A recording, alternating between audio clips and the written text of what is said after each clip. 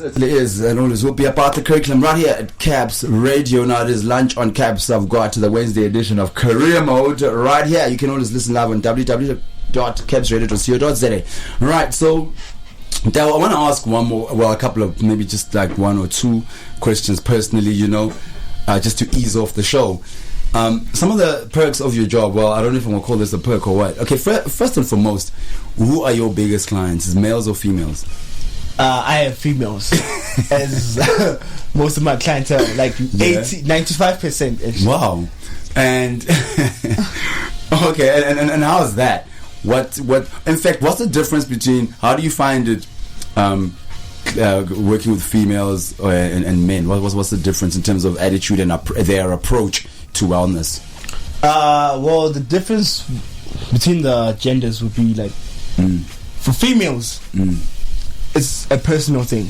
Okay. Because whenever a female gets a personal trainer, they either very serious about getting results, or they're at a fast stage now, like they're really obese and they're feeling uncomfortable with themselves. So it's a personal thing for them. But when you get a guy, it's usually a vain reason. Like, I just want to look big. I want to get shredded. I want to get ripped. Yeah. But the thing is, the difference between the training them, it's easy to train a guy because I'm a guy myself. I know how it is. I know what to expect. So it's easier to train a guy. But most of the clientele is females because not every guy's going to get a personal trainer. Guys feel like, I don't need a personal trainer. Yeah. I know what I'm doing. But do they usually know what they're doing? Guys, do you find that they generally know what they're doing? I feel like guys need more personal trainers than girls. Are you serious? Honestly, bro, from what you see at the gym happening sometimes. What happens? Tell me some of the incidences. Everybody has Instagram, everybody has Facebook. You've seen gym fail videos. You've seen that stuff happens in real life, bro. That stuff happens in real life. Like what? Give me an example. Bro, you will see somebody trying to squat. Simple thing. Yeah. A squat. But their back is high and they're literally just going halfway. He's not even squatting, he's just and then he doesn't want to help. He's dipping. And this, as a guy, as a personal trainer, I will walk up to you, offer you some advice. I'm like, yo, I see what you're doing there. You could better your movement by doing this and doing that. Like, you know what? Most of them want to say, I've been doing this a long time. I know what I'm doing. But what you're doing is not right. Maybe that's why you've been doing that for such a long time with no progress. Okay, tell us. I mean, what about the other associated costs of joining a gym? I mean, we see people going to gym dressed for style. But what are the other associated costs of just saying I want to join a gym? I know it's not just gym membership. Well, there's your food, obviously. Yeah. Well, depending on your goals, what you're trying to do, whether gain weight, gain muscle, your food will play quite a role in your budgeting. Because for me myself, my food takes up a chunk of my budget. A lot of my money a month goes to my food. But are supplements included as well? I mean, I'm not on any supplements currently, just your basic creatines, but you don't really need supplements. Like for your first year of training, second year, you don't really need them. Okay. Because your body is still building.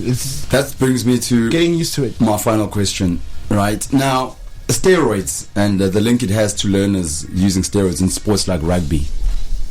We see it a lot. Some of these guys, like, we together and like they asked about that. Okay, steroids and this guy's Spanish a lot, but this guy is 16 and he's like Mike Tyson size.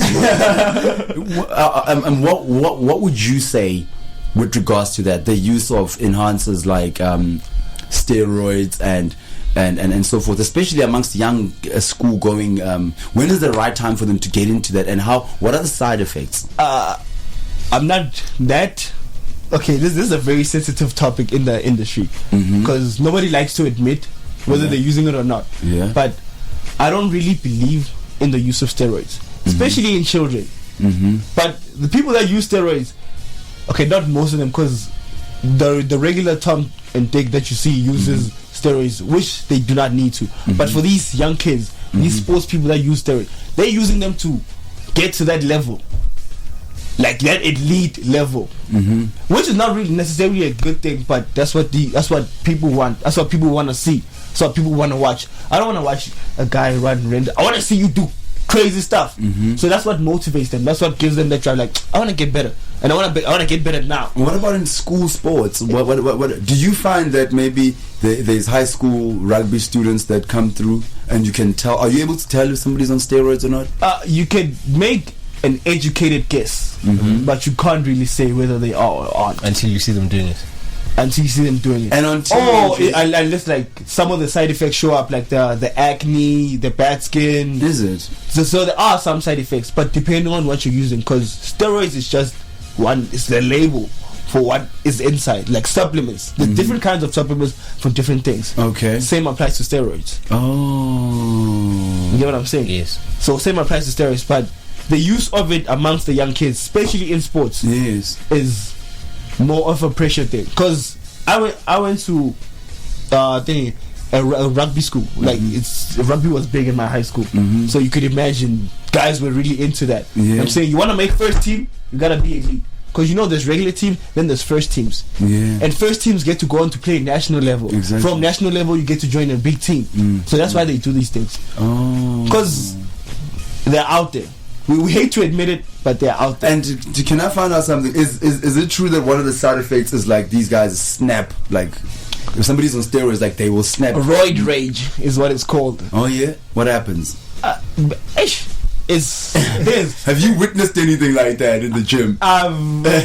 You could say, like, you could see an aggression in a person, like bro, calm How do you deal with that? down. If somebody's like larger than you, Like, calm down. But it's not really a big thing, because that's with overuse. okay. Because with like any other drug, somebody's going to abuse it. Oh. But steroids have their use, because they have their use besides for the recreational purpose. Yes. Like people suffering with maybe something like a hormonal problem. Your doctor will give you some kind of steroid to help you. Oh, I see what you're saying. I'm saying, like, they have their medical usage, but people abuse it. Okay, so that's the problem. Let's jump beyond the supplements and say, how much does the mind play in this whole game? How focused do you have to be? How can you help your mind improve your health? The intellect. You improve your health, you improve how your mind works. Okay. The stronger your mind is, the better your health can be. Yes. So they basically work together. But why I love this life, why this life has done for me is, not only did it help me with my health, with my outlook, it's literally transformed my mind. It's helped me get stronger mentally. I'm better able to deal with life tasks because I've dealt with that in the gym.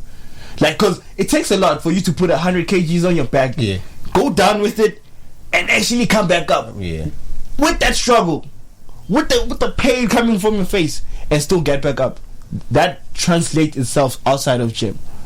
Like when you come across challenges now, you know how suffering feels. Oh. And you know the gain you can get from going through that suffering.